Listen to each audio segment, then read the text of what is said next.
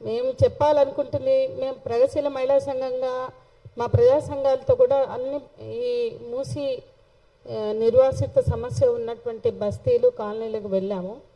ఎక్కడ ఎవరు ఇల్లు ఇవ్వడానికి సిద్ధంగా లేరు, వాళ్ళ గుడిసి ఇవ్వడానికి సిద్ధంగా లేరు. సరే, టెక్నికల్గా బాబురావు గారు ఎక్స్ప్లెయిన్ చేశారు. నేను రెండే విషయాలు చెప్పాలనుకుంటున్నా. మన తెలంగాణలోనే పుట్టి మన తెలంగాణలోనే అంతమయ్యే నది, అది సజీవ నది. ఆ నది వెంట బ్యూటిఫికేషన్ అని కొన్ని రోజులు మాట్లాడారు. మన వెంకటరెడ్డి ఆర్డీఓ డిప్యూటీ కలెక్టర్ ఆ రోజు కన్సల్టేషన్స్, అది పబ్లిక్ హియరింగ్ కాదు, మేము అడుగుతున్న వాళ్ళని మొత్తం పబ్లిక్ హియరింగ్ నిర్వహించాలి. ఎక్కడికక్కడ జోనల్ వైజో లేదా రెవెన్యూ డివిజన్ పరిధిలో అయినా పబ్లిక్ హియరింగ్ నిర్వహించాలని అడుగుతున్నాం. అది పట్టించుకుంటలేదు. కన్సల్టేషన్స్ అని పెట్టిండ్రు. ఆ కన్సల్టేషన్స్ మొదటిది గండిపేటలో జరిగింది. హంగామా, మొత్తం మహిళలందరూ కూడా మాట్లాడకుండా చేసిండ్రు వెంకటరెడ్డి డిప్యూటీ కలెక్టర్ని. ఎంఆర్టీసీఎల్కి సంబంధించిన ఆయన ఏమంటాడంటే ఇది బ్యూటిఫికేషన్ ప్రాజెక్ట్ కాదు. అంతకుముందు ఒక మీడియా మీట్లో రేవంత్ రెడ్డి ముఖ్యమంత్రి గారు మాట్లాడి ఆ ఇళ్లకు జీరో వాల్యూ అంటాడు, ఇది నా కళ అంటాడు. ఆయన ఎవరండి? తెలంగాణ కూడా కోరుకొని ముఖ్యమంత్రి, తెలంగాణ కూడా కోరుకొని ఒక పార్టీకి సంబంధించిన నాయకుడు తెలంగాణ కోసం ఉవ్వెత్తిన ఉద్యమం సాగుతుంటే ప్రజల ఆకాంక్షల కోసం ముందుకు తీసుకొచ్చినటువంటి ఉద్యమంలో ఎన్ని భావోద్వేగాలు ఉన్నాయి, ఎన్ని త్యాగాలు ఉన్నాయి, ఎన్ని గర్భశోకాలు ఉన్నాయి.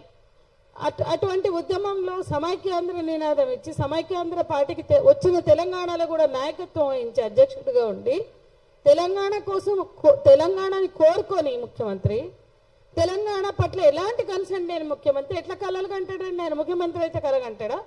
ఎవరి కోసం కలగంటాడు? ఒక మూసీ నది పరివాహక ప్రాంతంలో నది అంటాడు, బ్యూటిఫికేషన్ అంటాడు, బ్రిడ్జిలు అంటాడు. అరే మనుషులు ఉన్నారయ్యా బాబు, మనుషులు ఉన్నారు కదా, మూసీ ఎంబడి మనుషులు ఉన్నారు కదా, మనుషుల గురించి ఎందుకు మాట్లాడవు? మూసీ గురించి ఆయన కళలు కంటాడు, బ్రిడ్జిలు కడతాడంట, హై రైజ్డ్ బిల్డింగ్లు కడతాడంట, ఏమో చేస్తాడంట. ఎవరికి ఇప్పటి వరకు అందరూ మాట్లాడారు దాని మీద. అంటే ఏ క్లారిటీ లేదు, డిపిఆర్ లేదు. దాన్ని ఏం చేయబోతున్నారు, ఏం తీసుకొస్తున్నారు, ఏ డిజైన్ ఏం లేవండి. అన్నీ కూడా 1,00,000 కోట్లు అంటారు. ఆ 1,00,000 కోట్లతో ఏం చేయదలుచుకున్నారు కూడా ఒక స్పష్టత లేదు, కన్ఫ్యూజన్ చేస్తున్నారు.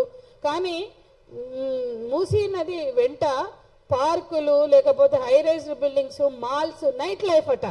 చాలా మంది మామూలు వాళ్ళు మూసి వస్తే నైట్ లైఫ్ అయితే వస్తుందట. నైట్ లైఫ్ ఎవరికి కావాలి? అసలు నైట్ లైఫ్ అదేమన్నా ముఖ్యమైన అంశమా? రోజుగారియా? లేకపోతే అది నిజానికి జీవితానికి అంత ముఖ్యమైందా? ఉన్నవి కదా, నెక్లెస్ రోడ్ అంతా నైట్ లైఫ్ నడుస్తుంది.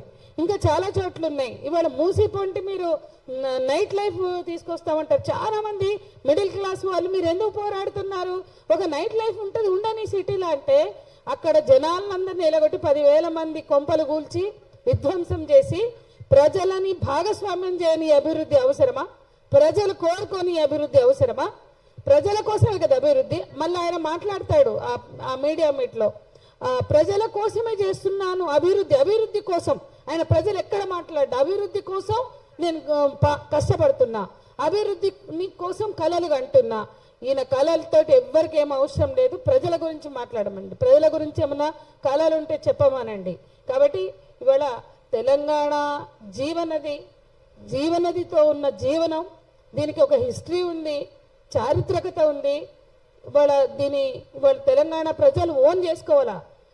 మన తెలంగాణ గడ్డ మీద పుట్టి ఇక్కడే అంతమవుతున్న నదికి సంబంధించిన చరిత్ర, నదికి సంబంధించిన ప్రాముఖ్యత, జీవనం, అదే ఇవాళ నది చుట్టూ ఉండేటువంటి జీవనం, ఉపాధి భద్రత, అనేక అంశాలు, నివాస హక్కులు, ఉపాధి భద్రత, అనేక అంశాలు ఇందులో ఉన్నాయి. వీటన్నిటి గురించి మేము మాట్లాడుతున్నాం. మీరు 10,000 మందికి ఇవాళ హౌసింగ్ బోర్డు ఇక్కడ ఈ విశాలక్షి వీళ్ళ కాలనీలన్నీ హుడా లేఅవుట్స్, అవి ప్రభుత్వం చేసిన హుడా లేఅవుట్స్ లో వీళ్ళందరూ ఇండిపెండెంట్ ఇల్లు కట్టుకున్నారు. 2 అంతస్తులు 3 అంతస్తుల ఇండిపెండెంట్ హౌసెస్. కానీ డిప్యూటీ ముఖ్యమంత్రి గారు అంటారు వాళ్ళకి 1550 SFT బెడ్రూమ్లు ఇస్తారట. అదే 2 బెడ్రూమ్ 3 బెడ్రూమ్ ఉండి 1550 SFT ఉన్న ఫ్లాట్లట. సొంత ఇల్లు ఉన్న వాళ్ళకి 1550 SFT, ఫ్లాట్లు సరిపోతాయా? ఇక పేదవాళ్ళ గురించేమో 2 బెడ్రూమ్లు ఇల్లు ఇస్తారట. పేదవాళ్ళకి ఎట్లాగ ఇస్తారు 2 బెడ్రూమ్ల ఇల్లు? ఇక్కడ సొంత ఇల్లు గుంజుకుని మీరు ఇచ్చే 2 బెడ్రూమ్ల ఇల్లు ఎవరి కోసం కావాలి? ఎవరన్నా అసలు కనీసం దాన్ని అంగీకరిస్తున్నారా? సరే, ఈ అన్ని కోణాల్లో ఏ కోణంలో చూసినా ఇది నివాస హక్కులకు సంబంధించిందే కాదు, బతుకు తెరువుకు సంబంధించింది, చాలా ముఖ్యమైనది.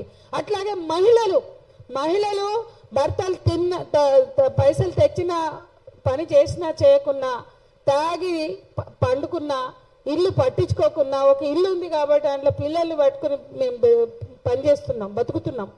ఈ ఇల్లు కూడా పోతే మా పరిస్థితి ఏందని ఇవాళ మిడిల్ క్లాస్ నుంచి కింద అట్టడుగు వర్గాల వరకు కూడా మానసికంగా వాళ్ళు బెదిరిపోయి ఉన్నారు ప్రభుత్వం ఇచ్చే స్టేట్మెంట్లు.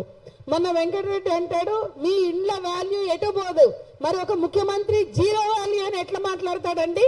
సాక్షాత్ ముఖ్యమంత్రి మీ ఇండ్లకు జీరో వాల్యూ అంటాడు, ఆయనేమో డిప్యూటీ కలెక్టర్ గారేమో మీ ఇండ్ల వాల్యూ ఎక్కడికి పోదు అంటే అబద్ధాలాడి కన్ఫ్యూజ్ చేసి ఈ రకంగా మోసపుచ్చుతున్న ఈ ప్రాజెక్టుని నిర్బంధంగా వ్యతిరేకిస్తూ అందరూ చెప్పినట్టు నది ప్రక్షాళన మాత్రమే జరగాలి. నదీ ప్రక్షాళనకి రిజర్వేషన్కి ఎవ్వరు కూడా వ్యతిరేకం కాదు, కానీ నదిని ప్రక్షాళన చేయడానికి అంతా కలిపిన 1500 కోట్ల కన్నా ఎక్కువ కావు. కానీ ఇవాళ లక్షల కోట్ల, వేల కోట్ల మీ నిర్మాణాలు, మీ నదిని బొందబెట్టే పని, నదిని పూడ్చే పని, నదిని కనీసం అటు ఇటు పక్క పనిలించుడు కాదు, నదినే బొంద పెడుతున్నారు. ఎక్కడన్నా ఈ దేశంలో నదినే బొంద పెట్టేటోళ్ళు ఉన్నారా? అనేక రకాల నదుల మీద ప్రాజెక్టులు వచ్చినాయి, కానీ నదినే మొత్తం పూడ్చిపెట్టి బొందబెట్టేటువంటి ఒక కుట్ర దీని వెనుక ఉంది. ఖచ్చితంగా ఈ మూసీ నది డెవలప్మెంట్ ప్రాజెక్ట్ ఏదైతే ఉందో దీన్ని వ్యతిరేకిస్తూ మీరు చెప్పినటువంటి పునరుజ్జీవం చేయండి.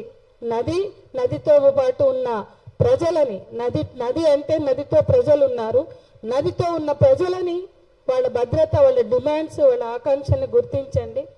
పబ్లిక్ హియరింగ్ చేయకుండా ఎటువంటి స్టెప్స్ కూడా తీసుకోవద్దని మేము కాంక్రీట్గా డిమాండ్ చేస్తూ ఇవాళ జీవన విధ్వంసంతో కూడుకున్నటువంటి ప్రాజెక్టు నిర్మాణ ఆలోచనని విరమించుకోవాలని కోరుతున్నాం. సంధ్యకు ధన్యవాదాలు. అట్లాగే చాలా కాలంగా పర్యావరణ న్యాయం అనే ఒక సంస్థ ఉంది, ఎన్విరాన్మెంట్ జస్టిస్. నారాయణరావు గారు చాలా విషయాల మీద రాస్తున్నారు, మాట్లాడుతున్నారు, ఆన్లైన్ మీటింగ్లు మాట్లాడుతున్నారు. వారు మాట్లాడతారు. నారాయణరావు గారు.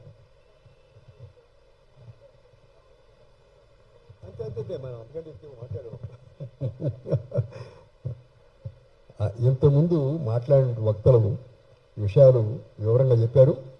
అందులో డాక్టర్ బాబురావు చెప్పినటువంటి దాంట్లో మన ప్రభుత్వాలు పారదర్శకత, జవాబుదారితనం, ట్రాన్స్పరెన్సీ అండ్ అకౌంటబిలిటీ ఈ 2 లేకపోవటం అనేటువంటిది గత ప్రభుత్వాలు అలా చేశాయి, ఈ ప్రభుత్వం కూడా అలా చేస్తోంది. వీళ్ళు ఎవరైతే వ్యతిరేకంగా మాట్లాడుతుంటారో వాళ్ళందరినీ కూడా వేరే అపోజిషన్కి అనుకూలమైనటువంటి వ్యక్తులుగా చిత్రించడం కూడా జరుగుతుంది. ఇది కరెక్ట్ కాదు. కాక్రోచ్ జనతా పార్టీ వచ్చినటువంటి వాళ్ళు చేసే ప్రధానమైన నినాదం కూడా ప్రభుత్వం, పారదర్శకత, జవాబుదారీతనం ఈ 2 ఉండాలి ప్రభుత్వం నుంచి అనే నినాదంతో కాక్రోచ్ జనతా పార్టీ ఉద్యమం వచ్చింది. అయితే రేవంత్ రెడ్డి గారు ఏమనుకుంటున్నారంటే ఎలాగైనా దీన్ని సివిల్ సొసైటీ ఆపలేదు, నేను దీన్ని తీసుకొచ్చి ముందుకెళ్తే రియల్ ఎస్టేట్ ప్రాజెక్ట్గా చేస్తే హైదరాబాద్ సిటీలో ఉన్నటువంటి అన్ని నియోజకవర్గాలు గెలుస్తాననేటువంటి ఒక కళలో ఉన్నాడు. కానీ ప్రజలంతా పిచ్చివాళ్ళు కాదు. మరి అన్నీ చూశారు, గత ప్రభుత్వాలను చూశారు, ఈ ప్రభుత్వాన్ని గురించి కూడా గమనిస్తూనే ఉన్నారు. వీళ్ళు ఏ రకమైన అబద్ధాలు ఆడుతున్నారు అనేది కూడా గమనిస్తున్నారు. కాబట్టి ప్రజల యొక్క ఇష్టానుసారం కాకుండా